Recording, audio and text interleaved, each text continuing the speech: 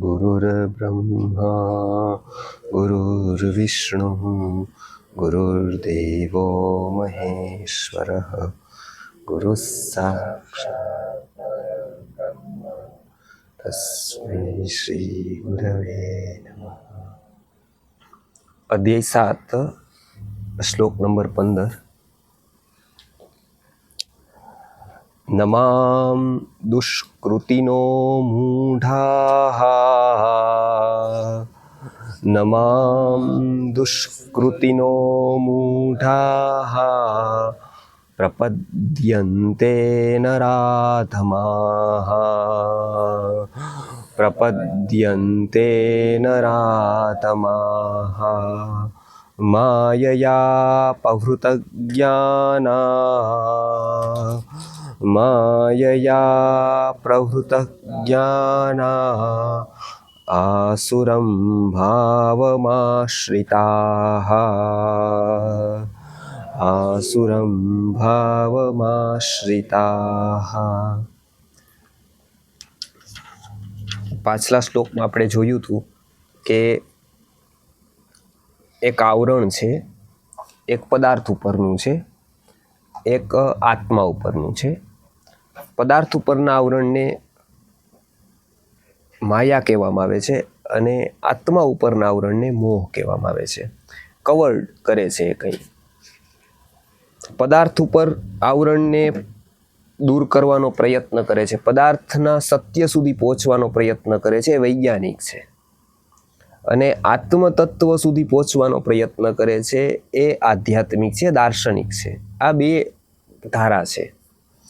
અહીંયા એવું કીધું કે આ કવર્ડ થયેલું જે જ્ઞાન છે, આ કવર્ડ થઈ ગયું છે, કે જે આવરિત થયેલું છે, એ વ્યક્તિઓ કેવા છે, એના લક્ષણો શું છે, કેમ સમજવું કે આ આવરિત આનું જ્ઞાન થયું છે, એવું કેમ સમજવું, કેવી રીતે એના શરીરમાં કોઈ ફેરફાર થાય, એના લક્ષણો કાંઈ હોય. તો આયુર્વેદમાં કોઈક રોગ છે એ અંદર હોય છે, એના લક્ષણો બહાર હોય છે. લક્ષણોથી રોગ સુધી પહોંચવાની યાત્રાને જ મેડિકલ સાયન્સ કહેવાય છે. એનું પહેલું પગથિયું છે કે લક્ષણો બહાર છે, રોગ અંદર છે. કેવા લક્ષણો છે તો સમજવું કે આવો રોગ છે. રોગ બહાર નથી, લક્ષણો બહાર છે.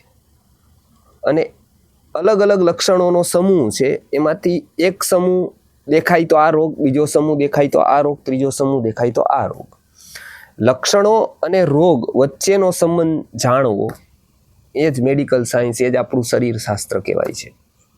અહીંયા જે વાત કરવામાં આવેલી છે એ લક્ષણો અને આત્માની સ્થિતિ, આ બે વચ્ચેનો સંબંધ, એને જાણવો એટલે અધ્યાત્મ. અહીંયા એવું કહેવામાં આવે છે કે ભાઈ દુષ્કૃતિ વ્યક્તિ કોણ? તો આપણે તો સાધારણ રીતે ચોરી કરે અથવા કોઈ નિયમોનું પાલન ન કરે એને આપણે દુષ્કૃતિ કહીએ. અહીંયા કંઈક નિયમ બનાવવામાં આવ્યા, એ નિયમનું પાલન ન કરે તો આપણે એને કહીએ કે આ દુષ્કૃતિ છે. સપોઝ ચોર છે, લૂંટ કરવાવાળા છે, આ બધા લોકો દુષ્કૃતિ. કેમ તો કે આટલા કોઈક નિયમ છે, બંધારણ છે, એનું પાલન નથી કરતા, એટલે આપણે એને કહીએ કે આ દુષ્કૃતિ છે. અધ્યાત્મની રીતે એ દુષ્કૃતિ હોય પણ ખરા અને ન પણ હોય. અહીંયા કોઈ ટેક્સ ચોરે તો આપણે એને કહીએ ટેક્સ ચોરી.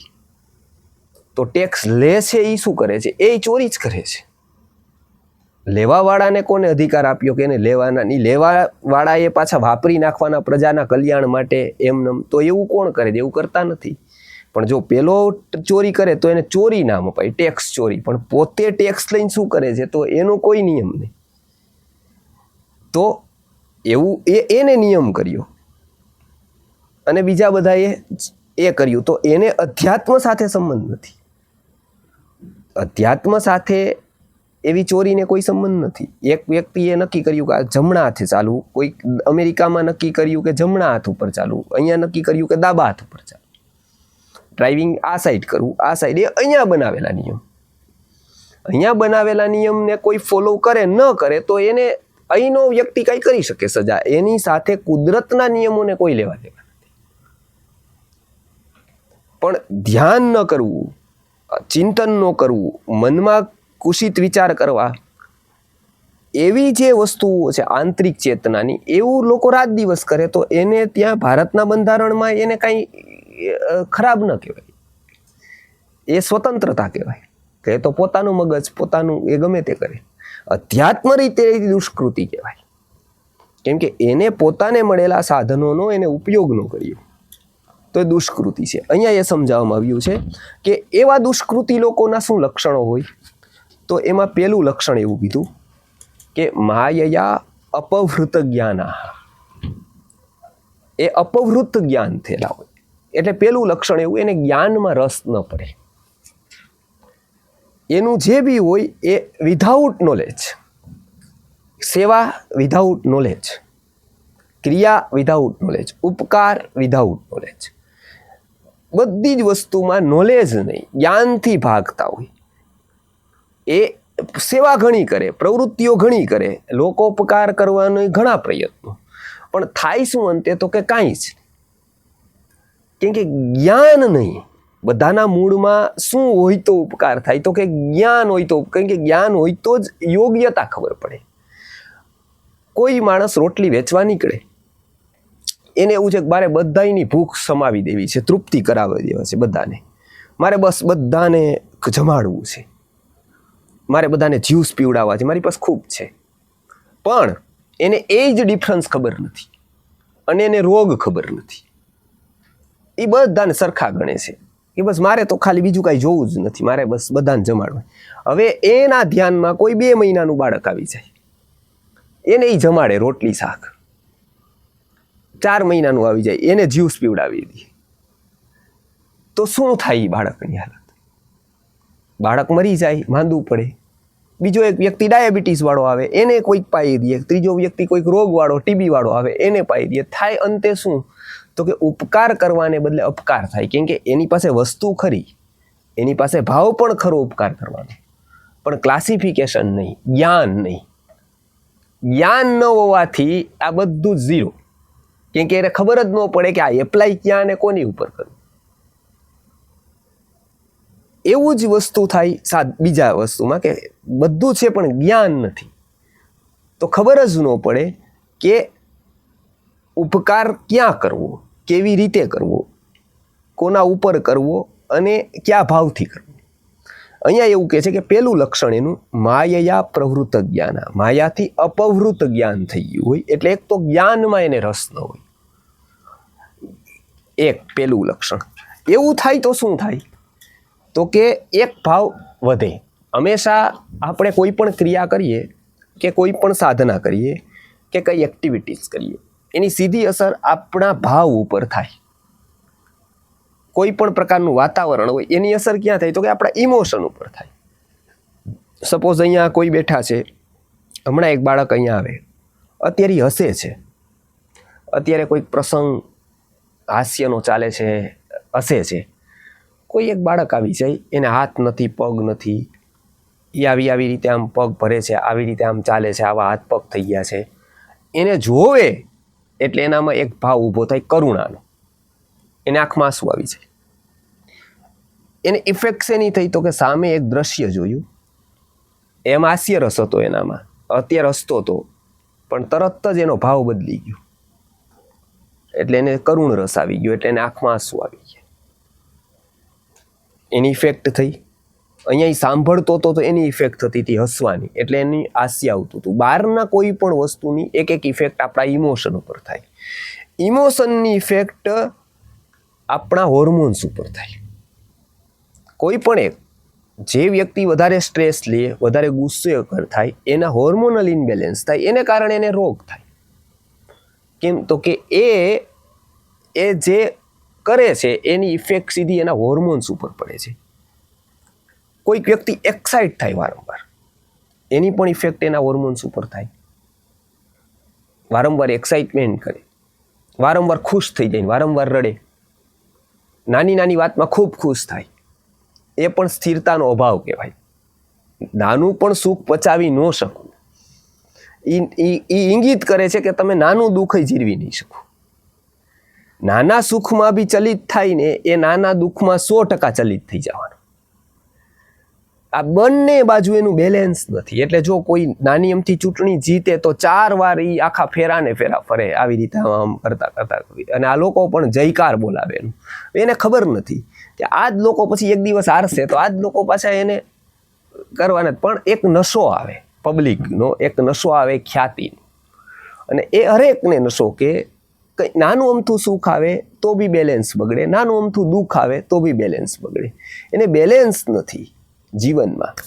એની ઇફેક્ટ હોર્મોન્સ ઉપર થાય.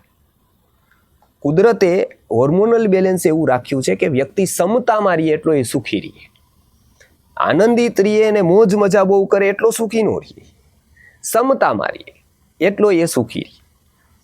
જેટલું સમત્વ એ ગુમાવે. એટલે ગીતાનો યોગ છે એ બહુ આરોગ્યની દ્રષ્ટિથી ઉત્તમ કહેવાય. ગીતાએ એવું ન કીધું કે યોગ એટલે શું, તો એવું ન કીધું કે તમે માથું નીચે અને પગ ઉપર રાખો એને યોગ કયો, ભસ્ત્રિકા કરો એને યોગ કયો, નવલી કરો, પેટ હલાવો એને યોગ કયો. ગીતામાં એવું છે નહીં. એને એવું કહે છે કે પેટ હારે, હાથ હારે, પગ હારે કોઈ સંબંધ યોગનો નથી.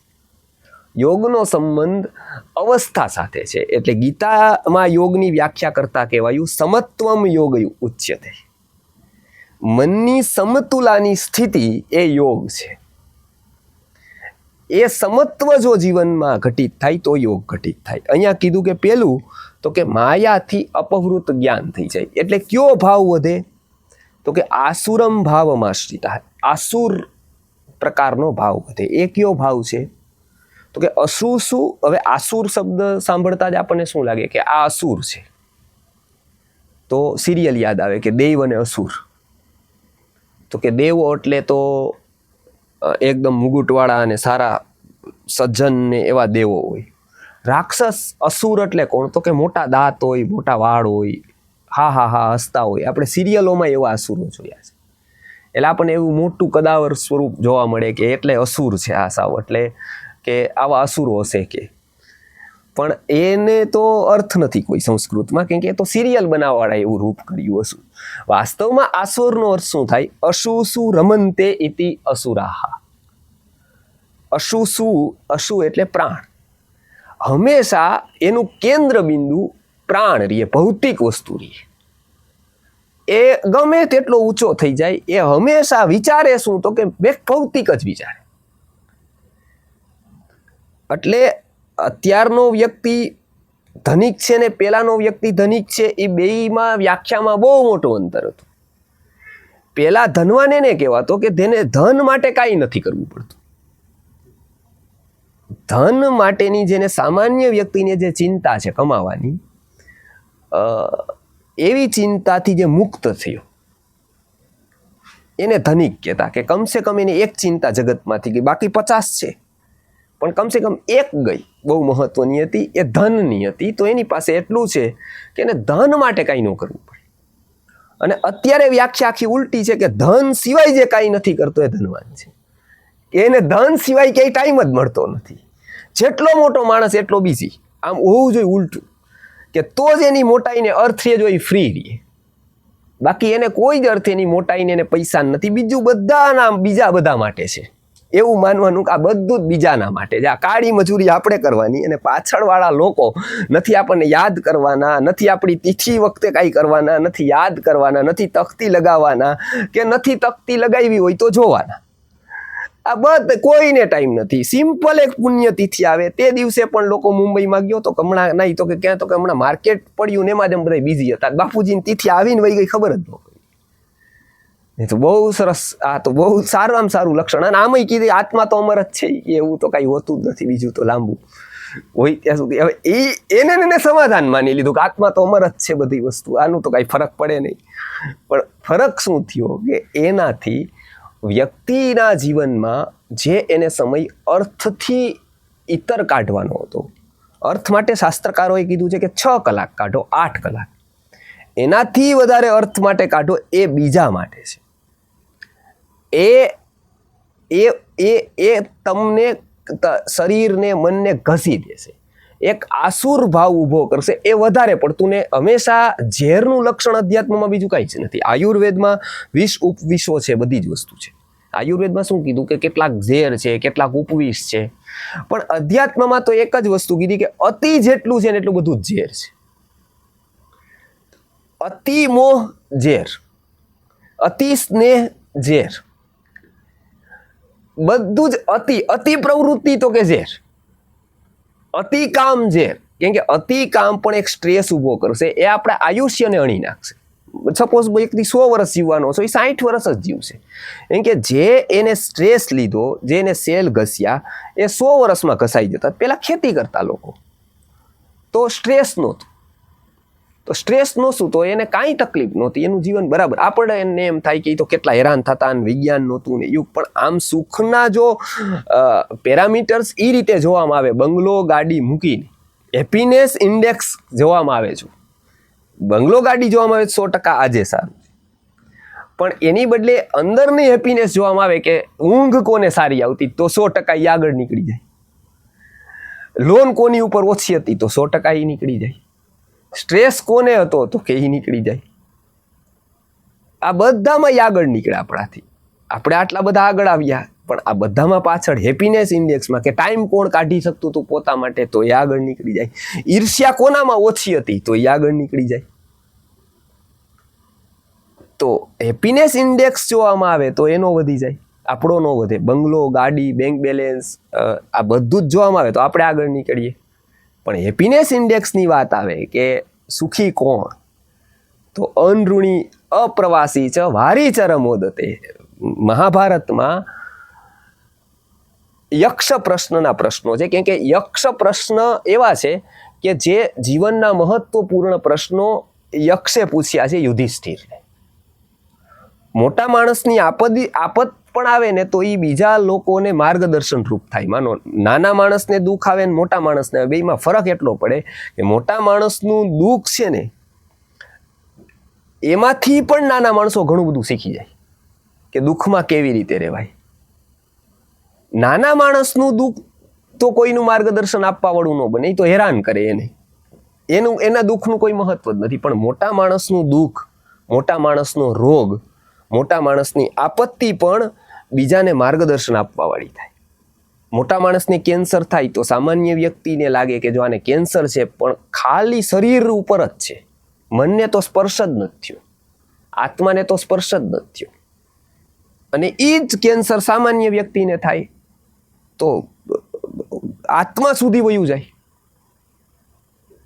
એટલો બધો તકલીફ, એટલે બધી સ્ટ્રેસ લે, એટલું બધું પેલું કરે કે આ મને જ કેમ થયું, આવું કેમ, એટલો બધો બેબાકડો થાય કે એ જ કેન્સર એને મારી નાખે. એ જ કેન્સરથી ન મરે, કેન્સરને કારણે જે એની ઉપર અસર થઈ, એને જે શોક લાગ્યો કેન્સરનો, એને કારણે મરે. એટલે લોકોએ હવે નામ બદલી દીધું, ડોક્ટરો કેન્સર નથી કહેતા, નવા નામ કોડવર્ડમાં કે આ પ્રકારનું છે, આ પ્રકારનું છે, આ પ્રકારનું છે, હોય કેન્સર. કેમ કે કેન્સર નામ સાંભળતા જ એને ભયભીત એટલો લાગે. શું કામ, તો કે જીવનમાં ક્યારેય એને અભયત્વ ઉપર વિચાર નથી કર્યો. એને એવું નથી જોયું કે હું એટલે શરીર નથી, એવું કોઈએ શીખડાયું નથી. જે શિક્ષણની શરૂઆત થાય છે કે પહેલું જ પગથિયું શિક્ષણનું એ છે કે હું એટલે શરીર કરતાં અલગ છું. કાંઈ કેન્સર થશે શરીરને થશે, રોગ થશે શરીરને થશે, અને એ તમે ગમે તેટલું કરો એ થવાના છે. ગમે વૈદ આવે, ગમે તેટલી પ્રોડક્ટ કાઢે, ગમે તેટલી રસાયણો આપે, દવા આપે, રોગ થવાના. કેમ કે રોગનું કારણ 1,00,001 કારણ છે. રોગ થવાના 1,00,000 કારણ છે. કેટલા કારણથી બચી શકશે? એકથી બચશે, બીજાથી બચશે, ત્રીજો, ચોથો, પાંચમું. એક કારણ તો ભટકાઈ જ જવાનું છે. એક કારણ આવ્યું એટલે રોગ થવાનો. રોગ થવાનો એ સમયે એ રાખે કે રોગ શરીરને છે, હું શરીર નથી. મારે એની દવા કરાય, પણ હું શરીર નથી. શરીરને રોગ થાય, એ થઈ શકે, તો મટે પણ શરીરને જ. એ જાય તો શું થાય કે તો એનામાં અભયત્વ આવે. મોટામાં મોટો 90 વર્ષનો વ્યક્તિ પણ ડોક્ટર કહેતા ડરે, કેન્સર કેસું ડરશે. કેમ, તો કે મૃત્યુથી ડરે છે. તો એનું જીવન જ વ્યર્થ છે. જો એને જીવનભરમાં કોઈએ ન શીખડાયું કે મૃત્યુ જેવી નિશ્ચિત ઘટનાથી ડરે છે, તો પછી એના જીવનમાં ભય સિવાય કાંઈ વ્યાપ્ત જ નથી. તો એના જીવનનો કોઈ અર્થ જ નથી. એટલે યક્ષએ પ્રશ્ન પૂછ્યા છે યુધિષ્ઠિરને. 4 ભાઈઓ તો મૂર્છામાં છે, તો યુધિષ્ઠિર જાય છે એટલે યુધિષ્ઠિરને કહે છે કે તું પ્રશ્નના જવાબ આપ. હવે યક્ષને પ્રશ્ન પૂછીને જવાબ લઈને ક્યાં જવું હતું? પણ એને જગતને સમજાવવું હતું યુધિષ્ઠિરના મોઢેથી, કેમ કે એને ખબર હતી કે આ જે જવાબ આપશે ને એ એવા જવાબ હશે, નહીતર તો બીજા કોઈને ન પૂછી લે પ્રશ્નોનો જવાબ. ને યક્ષ જેવો વ્યક્તિ યુધિષ્ઠિર પાસે માગીને જવાબ શું કામ માગે? એમ ન કહે કે અડધું રાજ્ય આપી દો મને, કાં તો આટલી જગ્યાએ આમ કરી દો. તો તેનું બધું સરળ હતું, ગમે તેટલું ધન માગત તો આપી દે, રાજવા માગત તો આપી દે, બધું જ આપી દે, પણ એને જવાબ માગ્યો. કેમ? તો કે એ સામાન્ય લોકોને બહુ ઉપકારી થાય. એટલે યક્ષે પેલું પૂછ્યું કે સુખી કોણ? કહ મોદતે. તો ત્યારે આપણે અહીંયા હોય તો કોઈ પણ સામાન્ય વ્યક્તિને આ પ્રશ્ન પૂછે તો એ કે ભાઈ ઘરના ઘર હોય, ઘરમાં નળ હોય, છોકરા લાઈનસર હોય, આવું હોય તો એ સુખી કહેવાય. ત્યારે યુધિષ્ઠિરે એવો જવાબ આપ્યો કે અનઋણી ચા પ્રવાસી ચ વારીચર મોદતે. અનઋણી વ્યક્તિ કે જેની ઉપર ઋણ નથી પૈસાનું, કાલે કોઈને કઈ આપવાનું નથી, આજે એ બેસે જ નહીં ક્રાઇટેરિયા, એમ કે આજ ક્રેડિટ ઉપર જ ક્રેડિટ મળે. તો એ કે અનઋણી, જેની ઉપર ઋણ નથી, એ પેલો સુખી છે કે જેને કંઈ આપવાનું જ નથી, એની ઉપર કોઈ દેવું નથી, તો એ પેલો. પછી અપ્રવાસી છે, જેને પેટ ભરવા માટે પ્રવાસ નથી કરવો પડતો. પ્રવાસ કરવો પડે તો એ યાત્રા માટે કરે, જાણવા માટે કરે, જિજ્ઞાસા માટે કરે, ભણવા માટે કરે, પેટ માટે નથી કરવો પડતો.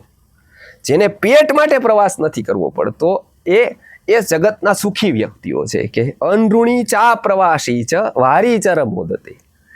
એ સૌથી સુખી લોકો માના એક છે, એવો એને જવાબ આપ્યો. અહીંયા અનઋણી કીધું અને અપ્રવાસી કીધું, આ એને આપ્યું છે. અહીંયા શું કહે છે કે ભૌતિક વસ્તુ આસુરમ ભાવ માર્ષિતા અસુસુરમંતે. એટલે આસુર કોણ છે? તો કે જે વ્યક્તિ ભૌતિક જીવનથી ઉપર ઉઠી નથી એ અસુર છે. એનું જીવન આખું ભૌતિક છે. એને પેલો દિવસ, વચ્ચેનો દિવસ, એન્ડનો દિવસ બધું જાય છે ક્યાં? તો કે બસ ભૌતિક ઉપર, આ જ જીવન માટે.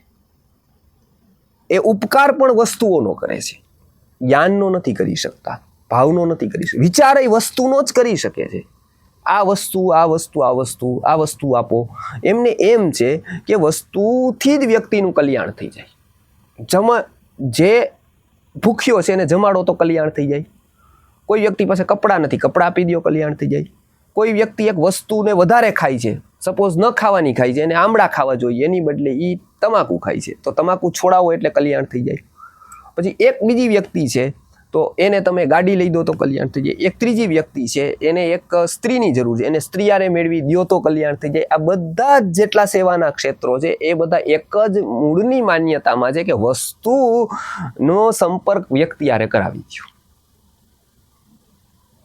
અને અધ્યાત્મ કહે છે કે સુખનો, વિકાસનો કે પુણ્યનો કોઈ જ સંબંધ વસ્તુ હારે છે જ નહીં.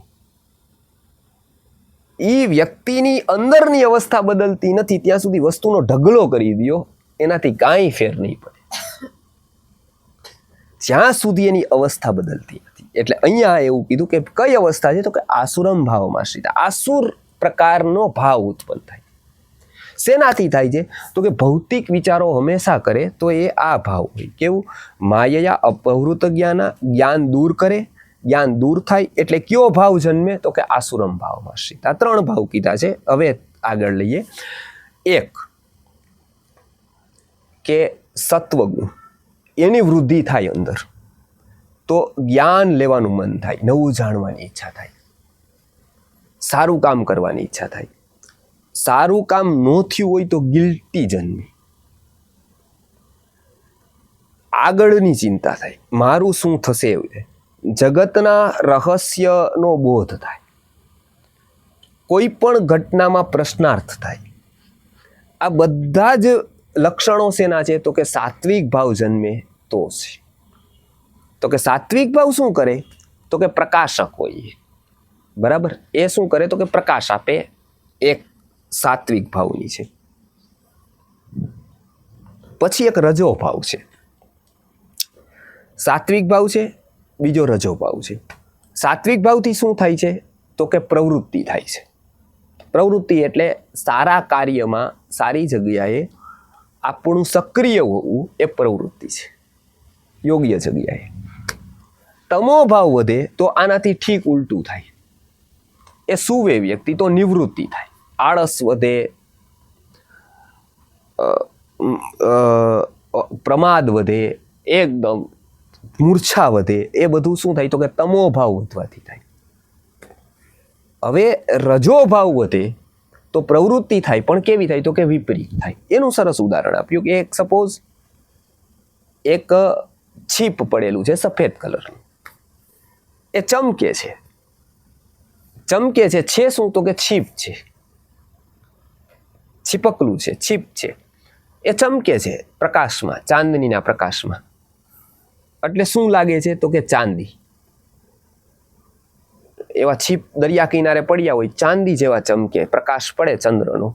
હવે જે લોકો દરિયા કિનારે રહેતા હોય એને ખબર હોય કે આ છીપ છે, પણ નવા નવા દરિયા કિનારે જે ફરવા જાય એને ન ખબર હોય કે આ છીપ છે. એને એવું જ લાગે કે આ ચાંદી છે. તો એ લોકો શું કરે કે પેલા લોકોને ખબર છે એટલે કે જ્ઞાન છે.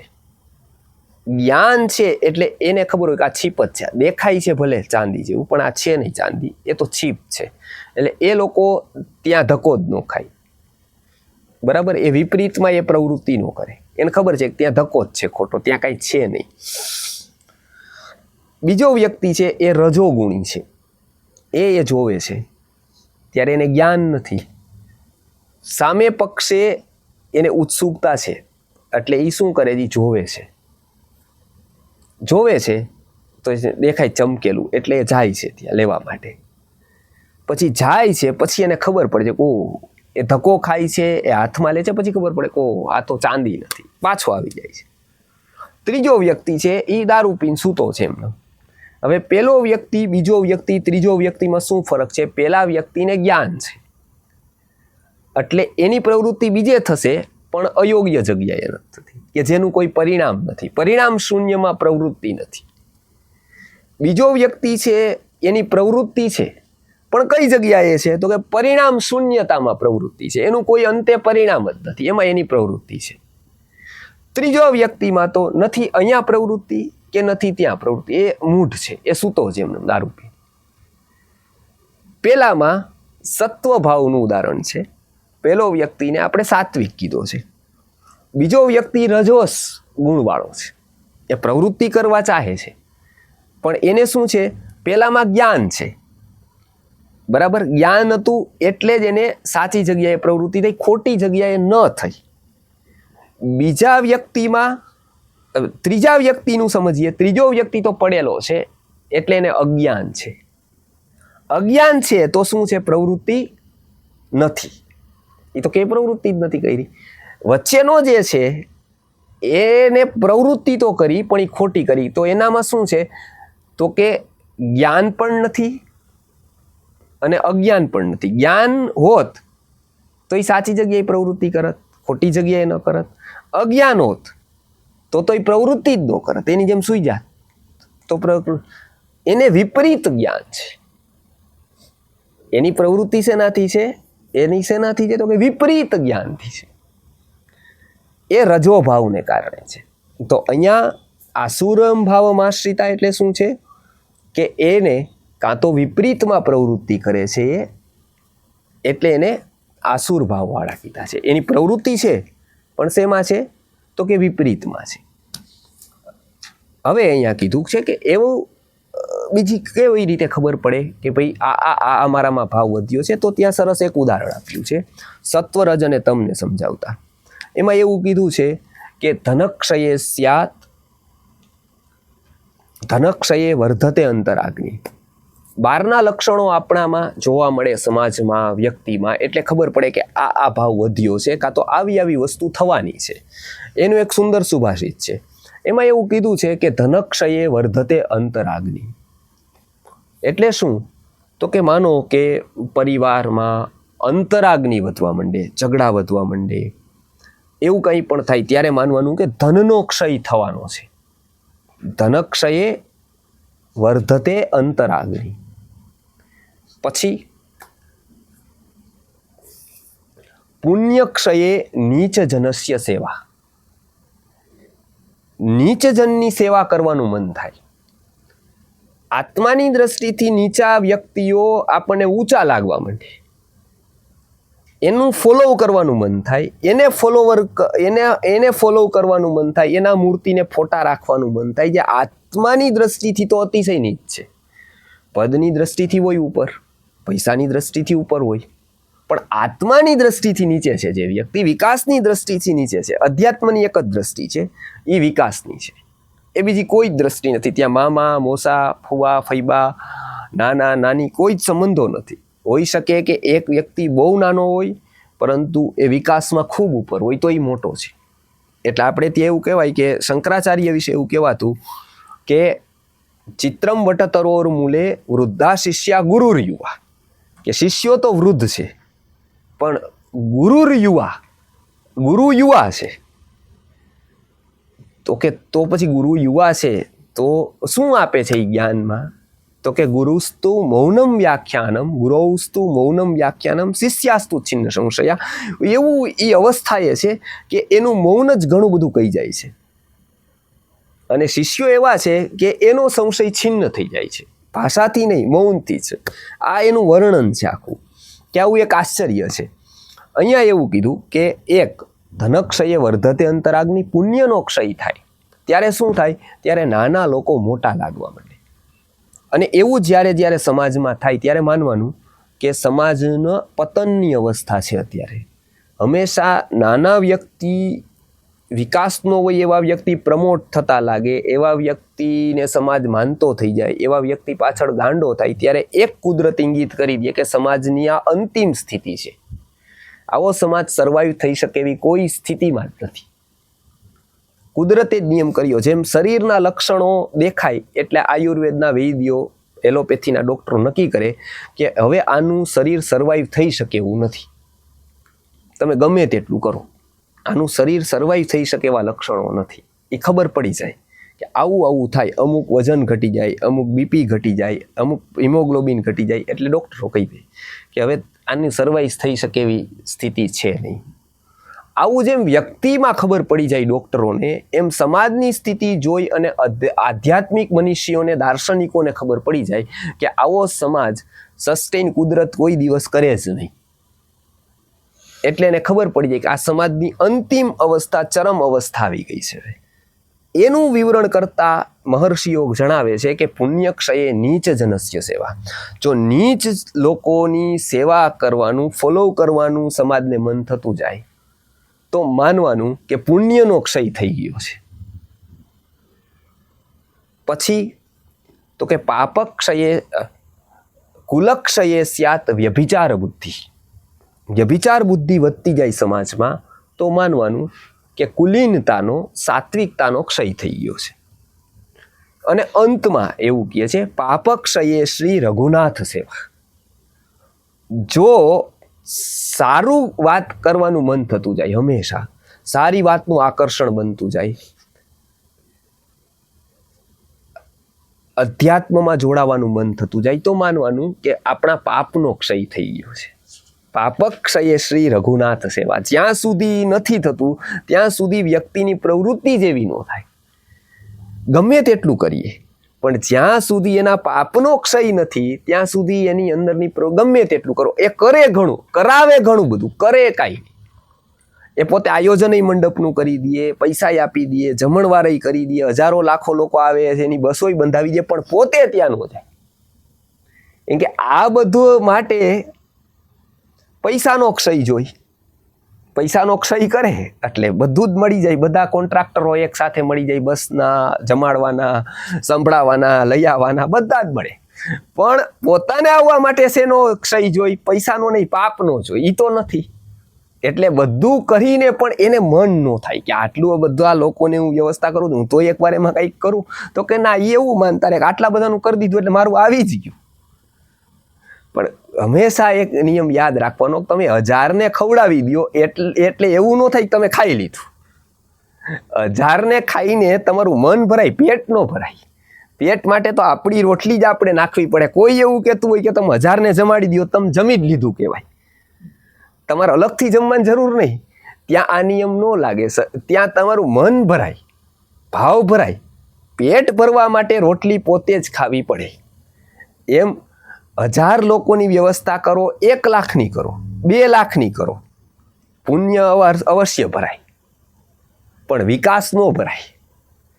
વિકાસ માટે તો પોતે જ કરવું પડે. એ 1 લાખનું કરો, 2 લાખનું, કે કોઈનું ન કરો. વિકાસ પોતે જ પોતાનો કરવો પડે. 1 લાખનો કરીને આપણો ન થાય. એ 1 લાખનો કરો તો પુણ્ય ભરાય. આપણો કરો તો જ સત્વ ભરાય. આપણો કરો તો જ વિકાસ ભરાય. એ એવું નથી કે કોકનું કરી દીધું તો આપણું આવી ગયું. એ આપણી, એટલે ગીતામાં એ જ કીધું છે કે તું જ તારો શત્રુ ને તું જ તારો મિત્ર છે. તારે જ દોરવાનું તારું નિજ ચિત્ર છે. એ કોઈ નહીં દોરી દે. ગુરુ ગાઈડન્સ આપી શકશે, ગુરુ એને કંઈ કરી નહીં શકે. એને આત્માનો કૃષ્ણના અર્જુન સાથેના 6 સંબંધો હતા, એક નહોતો. એ એક રીતે મામા અને ભાણેજ પણ થતા હતા, એક રીતે ગુરુ શિષ્ય પણ થતા હતા, એક રીતે સાળો બનેવી પણ થતા હતા.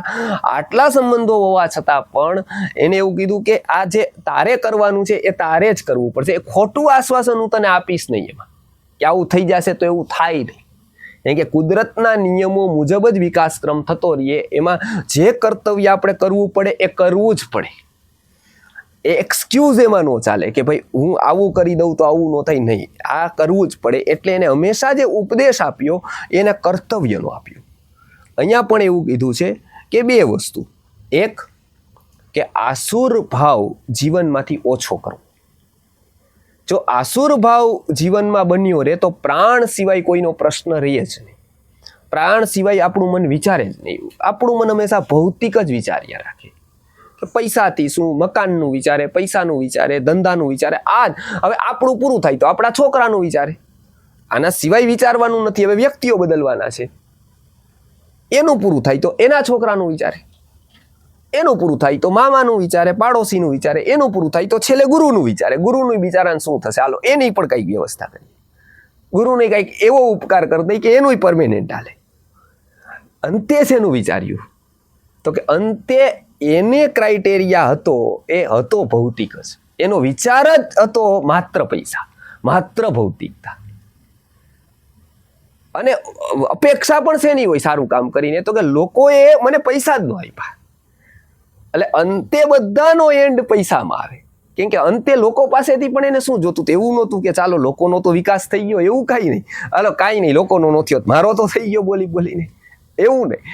અંતે લોકોએ તો મને પૈસા ના આપ્યા, અંતે લોકોએ તો મને હેલ્પ ન કરી. કેમ કે એનું આરંભ બિંદુ પણ ભૌતિક હતું, અંતિમ બિંદુ પણ ભૌતિક જ રહે. જેવું બીજ હોય એવું જ અંતે ફળ હોય. એટલે જીવનમાં જો આસુર ભાવ બન્યો રહીએ તો વિકાસનો કોઈ સ્કોપ જ ન રહે. કેમ કે વ્યક્તિનું જીવન હંમેશા ભયભીત રહે. એ ભૌતિકતાથી ઉપર ઉઠવો જ જોઈએ. ભૌતિકતા ખોટી નથી, એનો ઉપયોગ ચોક્કસ છે, એને જરૂરી તો છે જે બધી જગ્યાએ. પણ એનો મતલબ એવો નથી કે ભૌતિકતા જ જીવનમાં છે. એની એક લિમિટ છે. એ લિમિટ, ઓકે, એની લિમિટેશન છે કે એટલી જ ભૌતિકતા, પછી તો વિકાસનો વિચાર કરવાનો છે. તો આસુર ભાવથી વ્યક્તિ મુક્ત થશે. એટલે અહીંયા કીધું કે આવા આસુર ભાવવાળા લોકો હોય એ શું હોય?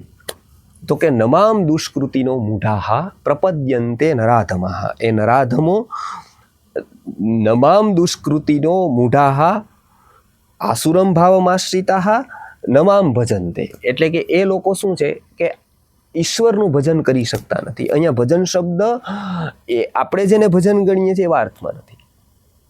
એ રામ નામને એવું બધું કરી શકે, પણ એની ચેતના ત્યાં જોડાઈ શકતી નથી. કેમ કે હંમેશા ચેતનાને જોડાવાનું જો ક્યાંય હોય તો ભાવ અંદરથી બદલે તો ચેતના જોડાય, નહીતર ન જોડાય. સપોઝ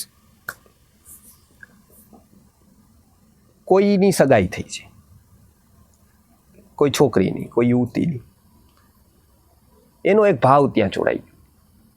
હવે એને એવું કહેવું પડે કે તારે હંમેશા આને યાદ કરવાના. આપણે જેવી રીતે નામ યાદ કરવાનું હોય કે 108 માળા કરવાની, કે 100 વાર ભગવાનને યાદ કરવાના, કે આટલા નામ જપ કરવાના ને આટલી નોટ લખવાની ને એવું રીતે કરે ને બધા કે તમારે આટલી નોટ લખવાની. પછી શું કરે કે પેન ને હાલતું હોય ને વા હિસાબ હાલતો હોય બધી જગ્યાએ કે અહીંયા રામ નામનું આખી નોટ ભરાતા હોય કે મેં 5 ભરી દીધી 10 ભરી દીધી, વા હિસાબ કિતાબ હાલતો હોય, વા બેઠો હોય, વા ચા બનતો હોય, પછી એ લખતા હોય, પેન ચાલતી હોય, નોટ ચાલતી હોય. બીજી આદત કરતાં ઘણી સારી આદત કહેવાય, પણ એની ચેતના કનેક્ટ ન હોય ત્યાં. એને નામું લખ્યું હોય એ એમ પણ લખાતું હોય. જેમ કે ટાઈપરાઇટર હોય તો ટાઈપિંગમાં એકવાર સ્પીડ આવી જાય પછી તો શું હોય કે ટાઈપરાઇટરો બધા લોકો કાંઈ ઉપર આવી રીતે અંદરના શબ્દો ગીતાય ટાઈપ કરતા હોય તો ગીતાની કેટલી બધી કોપીઓ ટાઈપ કરી દે. હરામ એક પણ શબ્દ એને ઉતર્યો હોય જીવનમાં તો ગીતા ભરી દે. કેટલા બધા પ્રેસમાં અમે જઈએ, ગીતા છપાતી હોય ત્યાં એ લોકો ટાઈપરાઇટરો બેઠા હોય, 25-50 જણા 100 જણા બેઠા હોય ગીતા પ્રેસમાં. ગીતા છાપી દીધી, ટાઈપ કરી દીધા. અમે તો કેટલી બધી ગીતાઓની વ્યાખ્યાઓ ટાઈપ કરી દીધી. એક પણ શબ્દ ખબર છે તો કે ના, શબ્દો ખબર નથી અમે, કેમ કે આખું સામે જ હોય, અક્ષરો જોવાના જ ન હોય, ચાપો ચાલતી હોય આવી રીતે આમ બધું જ લખાતું હોય ને આમ દુષ્કૃતિનું મૂઢા બધું જ, પણ અંદરથી કનેક્શન તો અંદરથી કાંઈ જ ન હોય. એવી રીતે નામ લખવાવાળા લખે, જપ કરવાવાળા જપ કરી દે, ગણવાવાળા ગણી દે, બીજું બધું જ થાય. અંદરથી ચેતના જ્યાં સુધી જોડાય નહીં, અંદરથી વિકાસ થાય નહીં, મહત્વ સમજાય નહીં, ત્યાં સુધી ભાવ અંદરનો બદલે નહીં. એટલે અહીંયા કીધું કે ભાવ બદલવો બહુ જરૂરી છે. એમાં એક ઉદાહરણ છે કે યુવતી છે ને એની સગાઈ થાય તો એને કેવું પડે કે તારે હવે જો તારી સગાઈ થઈ, હવે ફરજિયાત તારે તારા પતિને 3 વાર યાદ કરવાના, 5 વાર યાદ કરવાનો, ફોન કરવાનો, એવું કોઈ કેવું પડે એને. ઉલટાને રોકવી પડે કે હવે ફોન બંધ કરે તો સારું. કેમ તો કે ફરક ક્યાં પડ્યો? ફરક ભાવમાં પડી ગયો. એનું એક ફોકસ થઈ ગયું, કેન્દ્ર થઈ ગયું. હવે એનું એ કામ કરશે પણ એ કામમાં એનું મન નહીં હોય. એ દુકાન ખોલશે, એ કંપનીમાં જશે, પણ એ સમયે તો એનું મન ત્યાં નહીં હોય. મન હંમેશા ક્યાંક લાગી ગયું, એ ફોકસ થઈ ગયું ચેતના. બીજું બધું જ કરશે, એનું કેન્દ્ર બિંદુ બીજું જ હશે, જે સામાન્ય વ્યક્તિને ખબર નહીં પડે, પણ અસામાન્ય વ્યક્તિને તરત ખબર પડશે કે એનું કેન્દ્ર બિંદુ શું છે. અહીંયા પણ એવું કીધું કે જ્યાં સુધી ભાવ પરિવર્તિત ન થાય ત્યાં સુધી એનો કોઈ અર્થ નથી રહેતો. એટલે પહેલું એવું કીધું કે એવા જે જીવે છે આસુર ભાવમાં, એ દુષ્કૃતિ છે, એ ઉત્તમ મનુષ્ય નથી, એ મૂઢ છે. એની અવસ્થા યોગ દર્શનને દૃષ્ટિથી મૂઢ અવસ્થા છે. આવી અવસ્થામાં જો વ્યક્તિ મૃત્યુ પામે છે તો એને મનુષ્ય જન્મ નથી મળતો. ભૌતિક રીતે ઘણો આગળ હોય, હજારો લાખો લોકોની વ્યવસ્થા એને કરી દીધી હોય, પરંતુ એને મનુષ્ય જન્મ નથી મળતો. એને સુખ મળશે, એ કૂતરું થશે તેને રોટલા મળી જશે, એ બિલાડી બનશે તો એને ચોક્કસ ખાવાનું, કેમ કે એને કેટલા બધા જમાડ્યા છે તો બિલાડીને જમવાનું મળી જશે. એને જમાડવાવાળા 1000 તૈયાર થઈ જશે બિલાડીને, આપણા જેવા પાડવાવાળા તૈયાર થઈ જશે, રક્ષણ કરવાવાળા તૈયાર થઈ જશે, એ બધું મળશે એને. પણ જન્મ તો બિલાડી, કેમ કે એ સત્વ નહીં જો કરે, પોતાનામાં સત્વ ડેવલપ નહીં કરે તો મનુષ્ય જન્મને પ્રારૂપ યોની એને નહીં મળે. એટલે વિકાસનો કોઈ પ્રશ્ન પછીથી રહે નહીં. એટલે ગીતાકાર કહે છે કે હંમેશા ભાવ ઉપર ધ્યાન આપો. ગીતાનો હંમેશા એક જગ્યાએ જો કોઈ ફોકસ હોય તો કર્મ ઉપર છે, અને જે લોકો કર્મ સમજે છે એ કર્મ ઉપર ગીતાનું ફોકસ નથી. એ તો આ કર્મ સમજે છે બધું, કે બહાર બધાને જમાડવા, બહાર એવા કર્મનું ગીતાકાર ફોકસ નથી. તો કૃષ્ણએ જ જમાડ્યા હોત ભિખારીઓને, કૃષ્ણએ જ બધું કર્યું હોત જીવન આખામાં, એને આવું બધું જ કર્યું હોત જે એક પણ કામ એને નથી કર્યું. એક પણ કામ એને એવું કર્યું કે જેને આપણે સારું કામ ગણીએ એવું કૃષ્ણનું કયું કામ છે? આખું રાજ્ય હતું એમાં એવું કયું કામ છે? એને નથી વ્યસનો કોઈને છોડાવ્યા કે હાલો વ્યસનો છોડાવી દઈ, બધા લોકોને એના લોકો કરતા હતા એ નથી છોડાવ્યા. બીજે કાંઈ આપણે સારા કામ કરીએ એ નહીં, એક જ કર્યું અવસ્થા પરિવર્તનનું કામ, વિકાસનું કામ. એટલે એવું કહે છે કે એવા વિકસિત થયેલા અમુક લોકો છે જે 4 પ્રકારે છે, 4 પ્રકારે પ્રયત્ન કરવાવાળા છે. અમુક પ્રકારનો પ્રયત્ન કરે છે, અમુક પ્રકારનો કરે છે. બધાના રસ્તા અલગ અલગ છે ત્યાં પહોંચવાના, પરંતુ બધામાં એક કોમન છે કે એ બધા જાગેલા છે. તો એવા 4 પ્રકારના લોકોનું વર્ણન આગળ કરશે. અહીંયા દુષ્કૃતિ અને મૂઢ જે લોકો કહેવાય છે એવા લોકોનું વર્ણન કર્યું. એ સામાજિક લેવલે કોઈ દુષ્કૃતિઓ કરતા હોય એવા દુષ્કૃતિનો અર્થ નથી. અહીંયા વિકાસના સ્તર ઉપર ન પહોંચી શકેલા એવા લોકોનું વર્ણન અહીંયા કર્યું કે જેનો આસુર ભાવ છે, એવા લોકોનું વર્ણન અહીંયા કર્યું. એ એક દયનીય સ્થિતિવાળા છે. સામાન્ય રીતે જે દુષ્કૃતિ આપણે જેને કહીએ છીએ, ક્રિમિનલ કહીએ છીએ, એવા લોકો રોષને પાત્ર બનતા હોય છે, ગુસ્સાને પાત્ર બનતા હોય, સજાને પાત્ર બનતા હોય છે. ગીતાકારની દ્રષ્ટિથી એવી દુષ્કૃતિની વાત નથી. દયાપાત્ર જે લોકો છે કે જે મનુષ્ય જીવનમાં કાંઈ જ ન કરી શક્યા, એવા લોકોનું વર્ણન કરીને જેને મનુષ્ય જન્મ લઈને કંઈક પ્રાપ્તિ કરી દીધી છે, એવા લોકોનું વર્ણન હવેના શ્લોકમાં 16મા શ્લોકમાં કરશે. એમાં 4 પ્રકારના ભક્તોનું વર્ણન છે. એ અલગ અલગ પ્રકારે જેને કાંઈક મનુષ્ય જીવનમાં પ્રાપ્તિ થઈ ગઈ છે એવા લોકોનું વર્ણન હવેના શ્લોકમાં કરશે, જે આપણે આવતા વખતે જોશું. ગુરુર બ્રહ્મા ગુરુર્વિષ્ણુ ગુરુર્દેવો મહેશ્વર ગુરુ સાક્ષાત તસ્મૈ શ્રી ગુરવે. પ્રશ્ન હોય તો